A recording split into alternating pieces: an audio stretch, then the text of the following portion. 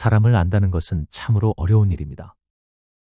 말은 얼마든지 꾸밀 수 있고 미소는 억지로 지을 수도 있습니다. 겉모습만 보고는 그 속마음을 알 수 없을 때가 많습니다. 그렇다면 어떻게 해야 짧은 시간 안에 그 사람의 진심을 볼 수 있을까요? 옛 어른들은 이렇게 말씀하셨습니다. 밥 한 끼 같이 먹어봐야 사람을 안다. 밥상 앞에서는 가식이 무너지고 본성이 드러납니다. 남을 먼저 챙길 줄 아는지, 작은 인사에 감사가 담겨 있는지, 욕심을 절제할 줄 아는지, 그 사람의 평생이 숟가락질 하나에도 고스란히 비칩니다. 그리고 무엇보다 밥상은 멀리 있던 마음과 마음을 가깝게 이어주는 다리가 됩니다.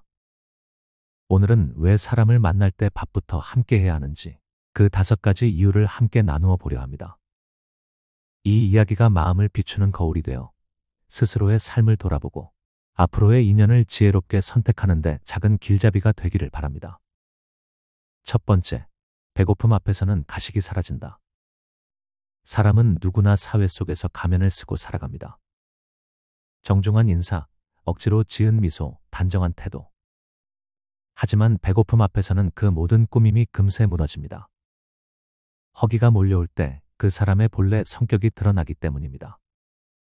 음식이 늦게 나오면 어떤 이는 얼굴이 굳고 젓가락을 탁탁 내려놓으며 불평을 터뜨립니다. 왜 이렇게 늦는 거야? 배고파 죽겠네. 평소의 온화함은 흔적도 없이 사라지고 그 순간 속마음이 고스란히 비칩니다. 그러나 또 다른 이는 이렇게 말합니다. 괜찮아요. 기다리는 동안 이야기를 더 나눌 수 있잖아요. 같은 기다림인데 한쪽은 불평으로 공기를 무겁게 만들고 다른 쪽은 기다림마저도 인연의 시간으로 바꿉니다. 음식이 차려진 순간에도 차이는 뚜렷합니다. 어떤 이는 허겁지겁 자기 그릇부터 채우고 시선은 접시에서 떨어지지 않습니다. 다른 이는 숟가락을 잠시 내려놓고 옆을 돌아봅니다. 먼저 드세요. 자신은 뒤로 물러나고 남을 먼저 챙기는 마음이 작은 몸짓 속에서 드러납니다. 사실 배가 고프면 누구나 약해집니다. 어린아이처럼 조급해지고 자신도 모르게 먼저 움켜쥐고 싶어집니다. 그래서 그때의 모습은 가장 솔직합니다. 말은 얼마든지 꾸밀 수 있어도 허기 앞에서는 꾸밈이 사라지기 때문입니다. 밥상은 짧지만 정직한 시험대입니다. 불평을 삼켜낼 줄 아는지, 남을 먼저 배려할 줄 아는지 그 사람의 삶의 무늬가 그대로 드러납니다. 작은 기다림에도 쉽게 짜증을 내는 이는 인생의 굴곡에서도 불평을 쏟아낼 것이고 허기 속에서도 웃음을 잃지 않는 이는 어떤 어려움 속에서도 곁을 지켜줄 것입니다. 한 끼 식사 속에 한 사람의 평생이 담깁니다. 밥은 단순한 끼니가 아니라 사람의 진심을 비추는 거울입니다. 두 번째, 나눔의 태도가 드러난다.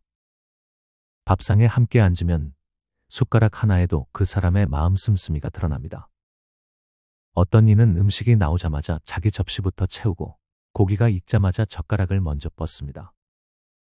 그러나 또 다른 이는 집게를 들어 고기를 굽고 국자를 들어 옆그릇에 먼저 담습니다. 이거 좋아하시잖아요. 먼저 드세요. 짧은 말과 작은 손길 속에서 평생의 태도가 비칩니다. 자기 몫을 먼저 챙기는 모습은 때로 결핍에 대한 불안에서 비롯되기도 합니다. 혹시 내 몫이 모자라지 않을까? 남보다 적게 가지면 어쩌나 하는 마음이지요. 하지만 나눔은 바로 그 불안을 다스릴 때 시작됩니다. 내가 덜 가져도 괜찮다. 누군가가 먼저 먹는 게 더 기쁘다.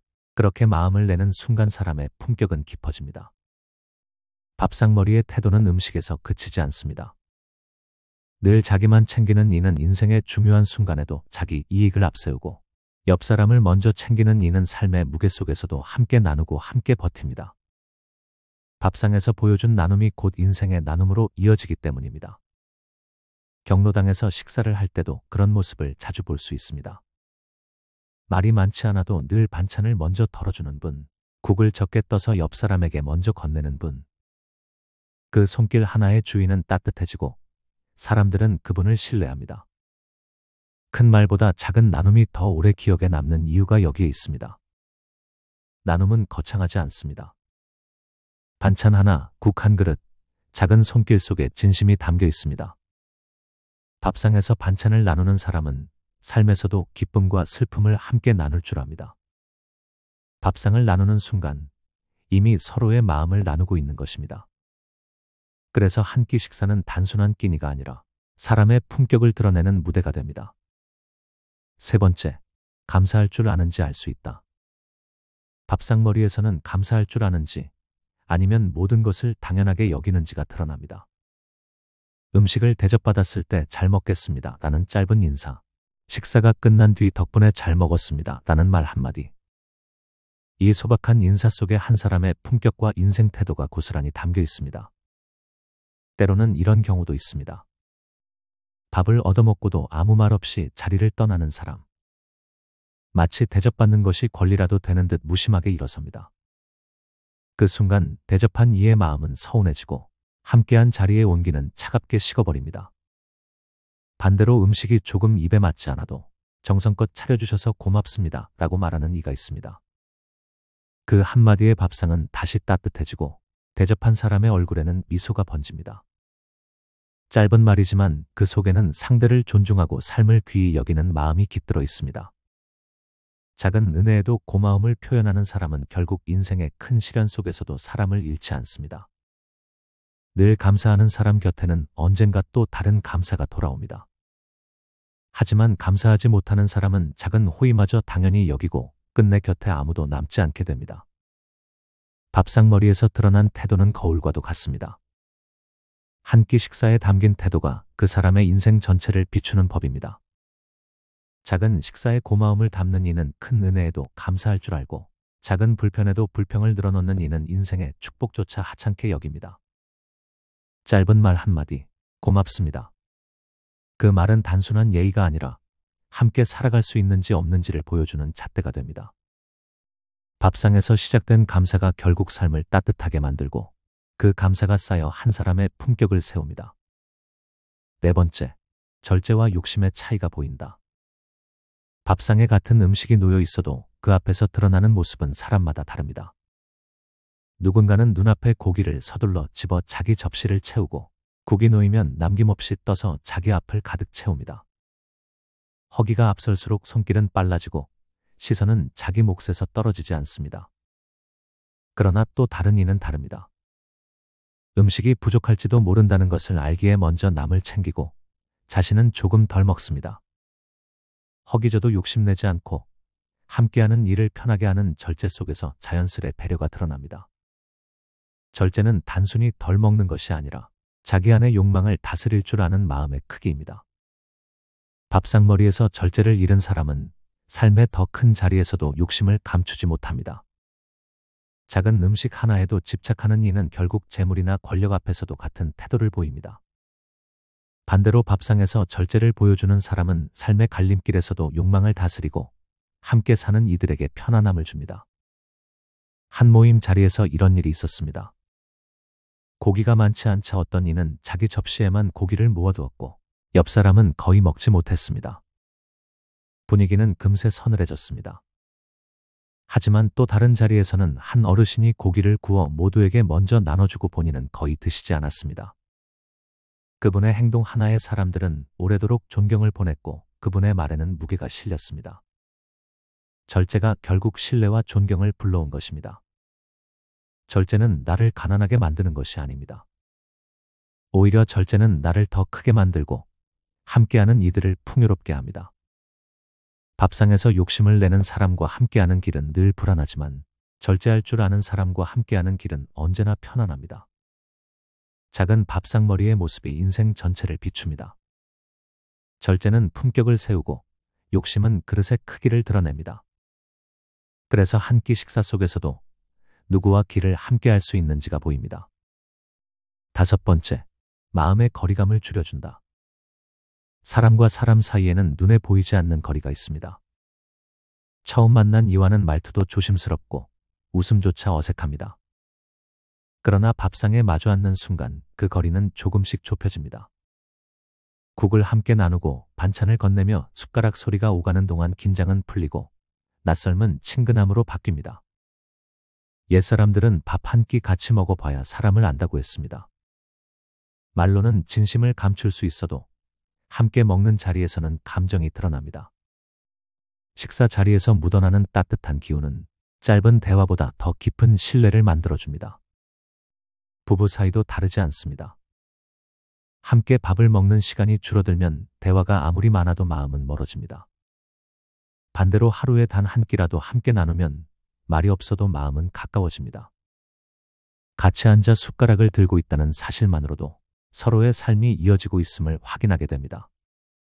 밥을 함께 나눈다는 것은 결국 삶을 나눈다는 뜻입니다. 한 사람의 밥그릇을 넘어 하루와 마음과 시간을 나누는 행위이기 때문입니다. 낯선 일을 친구로 만들고 친구를 평생의 벗으로 이어주는 힘이 바로 밥상에 있습니다. 그래서 중요한 만남일수록 밥을 함께 해야 합니다. 밥상을 나누는 순간 마음도 함께 열리고 사람과 사람 사이의 거리는 더 이상 장벽이 되지 않습니다. 한 끼 식사 속에 담긴 따뜻한 정이 인생의 긴 길에서도 서로를 붙잡아주는 힘이 되기 때문입니다. 밥은 참 신기한 힘을 가지고 있습니다. 말로는 드러나지 않는 본성이 밥상 앞에서는 저절로 드러납니다. 배고픔 앞에서 가식은 무너지고 작은 젓가락질 속에서 나눔의 태도가 드러나며 짧은 인사 한마디 속에 감사할 줄 아는 마음이 보입니다. 절제할 줄 아는 사람은 삶을 단단히 세우고 욕심을 드러내는 사람은 결국 그릇의 크기를 스스로 보여줍니다.